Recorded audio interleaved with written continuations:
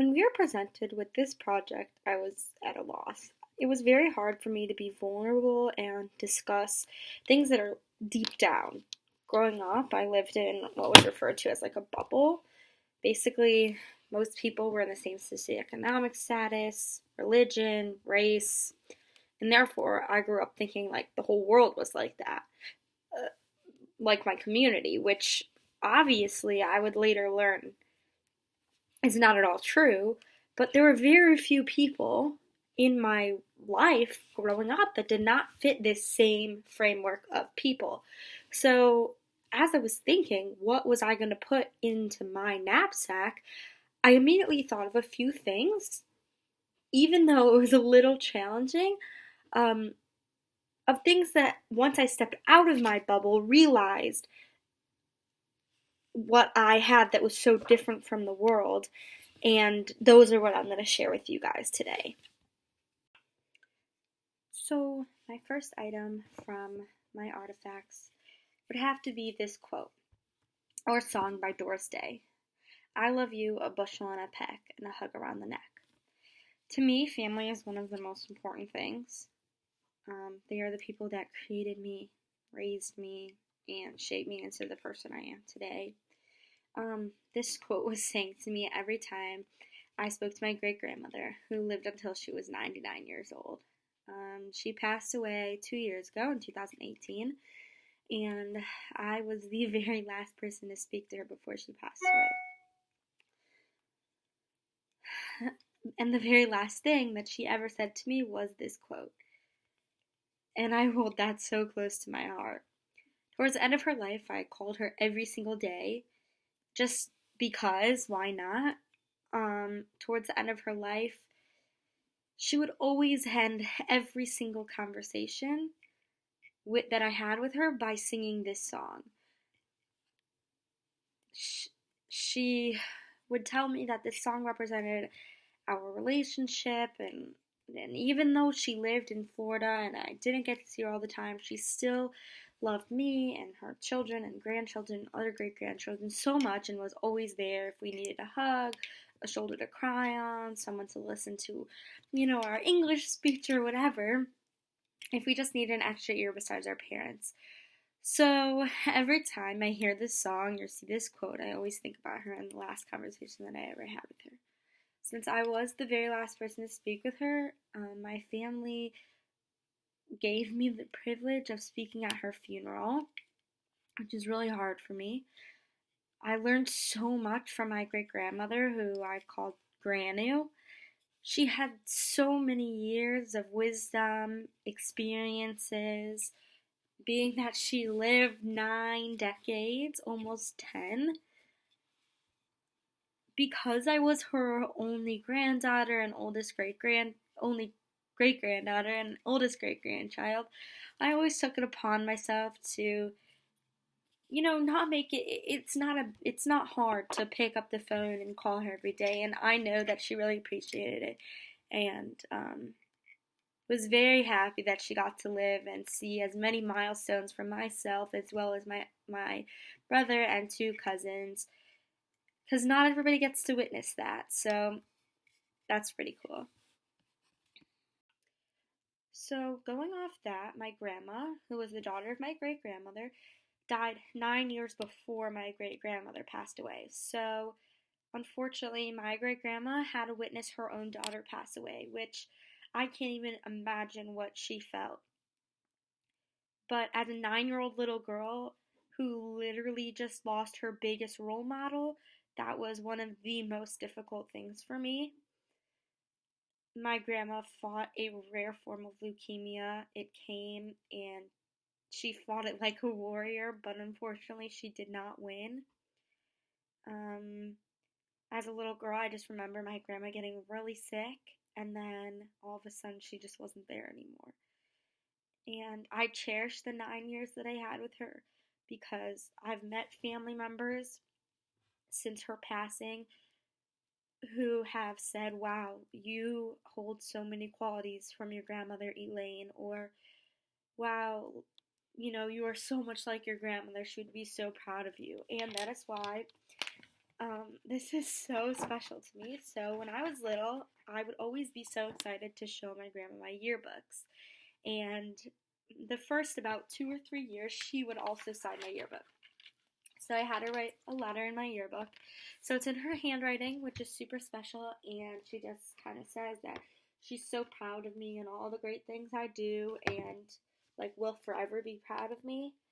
And I know that she's up there looking down at me and smiling. My grandma was an educator for over 30 years, specifically in early childhood, but always was the person who would help those who are less fortunate or give back to those in her community. And I know that with my love for helping individuals with disabilities and becoming an educator too, that she's smiling down on me and I'm making her happy and continuing to make her proud of me, which is the most important thing that, I could ever do for her.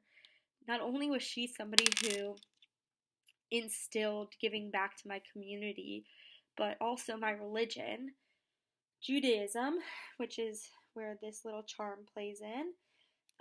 That is one of the core values of our religion, is giving back and tikkun olam, random acts of kindness, gemilut chasadim. So all my life, giving back and community service and random acts of kindness have just been merely added into my life without even thinking. It's not a hassle for me to do it. I love helping other people. I love giving back because not only does it make me feel good, but it makes others feel good as well. They're getting things that they've always wanted or maybe can't afford, and so it's a win-win for everybody.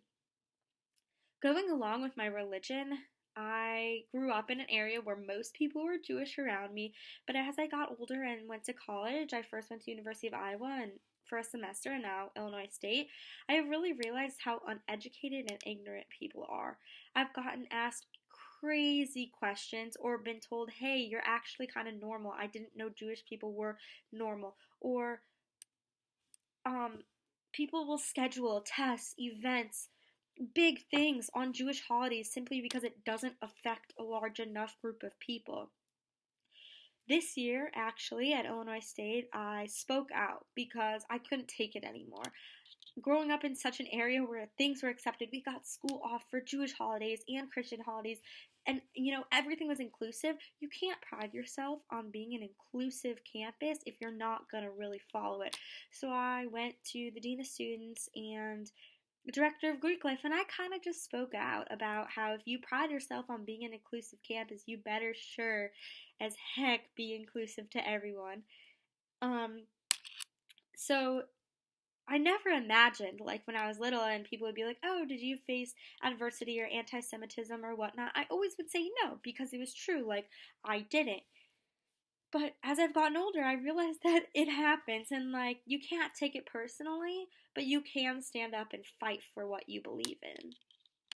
Because of my religion, I also had the privilege to not only learn English and then Spanish because of school, but also since kindergarten I've been learning how to speak and read Hebrew, which are characters like this.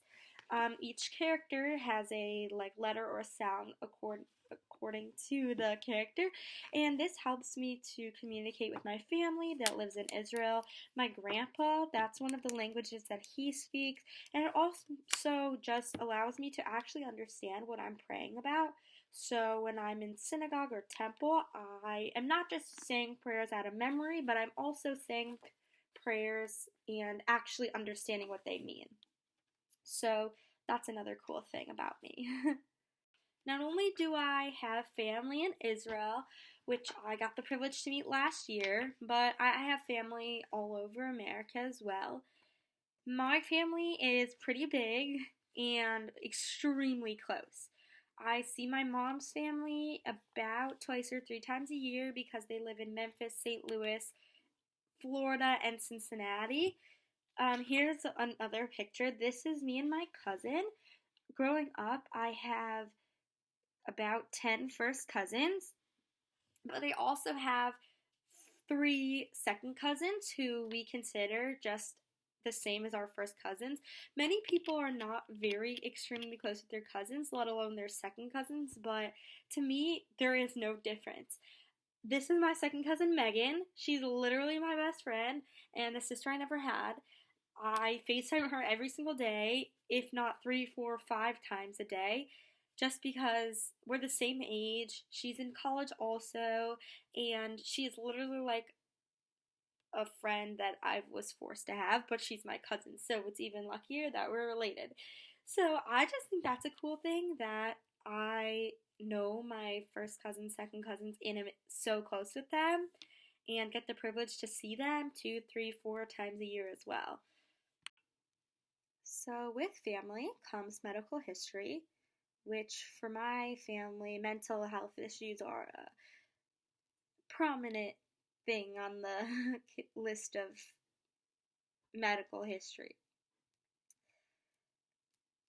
I have always been a worrier since I was little. I would always make sure to pick out the cheaper toy or kind of opt out of things because I was always worried, like, can my parents pay for this? Even though they would always assure me, like, don't worry, like, you shouldn't have to worry, you're just a child, this is not things for you to worry about. Then it turned into transitioning from one school to another. So elementary school to middle school to junior high to high school to college. Transitions were extremely hard for me. I don't like when things change abruptly. I like to be kind of alerted a little bit in advance so I can prepare myself. I don't like gray areas. I like things to be very black and white, practical, laid out, and given the information ahead of time. So I do not like unknown. And the hardest point for me was the transition from junior high to high school in 8th grade. I was so anxious about going to high school. I didn't want to leave my house. I didn't want to look at the high school, look at anything to do with the high school, make friends with people who were going to my high school, nothing. I was always the kid who was being pulled out in elementary school, middle school for social work groups during school, and then I would always be going to social workers outside of school. So that's why my last artifact is this jar. This jar I made in one of my therapy sessions back when I was young, but basically it's just filled with positive quotes and things that I would always pull out when I was little if I was having a hard time with something. So things like, other people are here to support me. I love compliments and I love to give out compliments, just positive things or strategies from when I was little. This doesn't really work for me anymore. I kind of just nap off things when I'm stressed these days. But after going to several different therapists and social workers and doctors, I was diagnosed with a few different anxiety disorders and things like that. So it really bothers me when people like have a test coming up and they're like, oh my god, I'm so anxious, I'm gonna have a panic attack. Like, no, you're not. Anxiety is a normal thing. This is what I was taught. It's normal in small amounts or about certain things.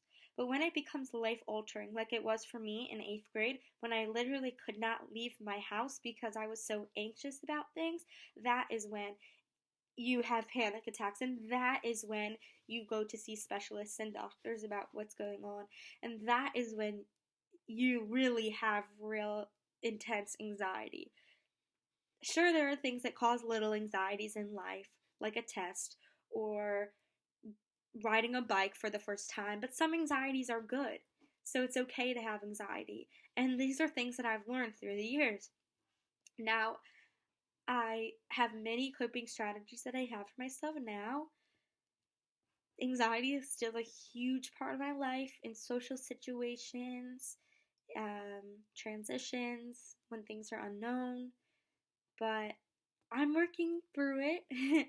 And so sometimes I just need to step back and like take care of myself instead of always worrying about other people and those around me. I need to remember that I need to take care of myself as well.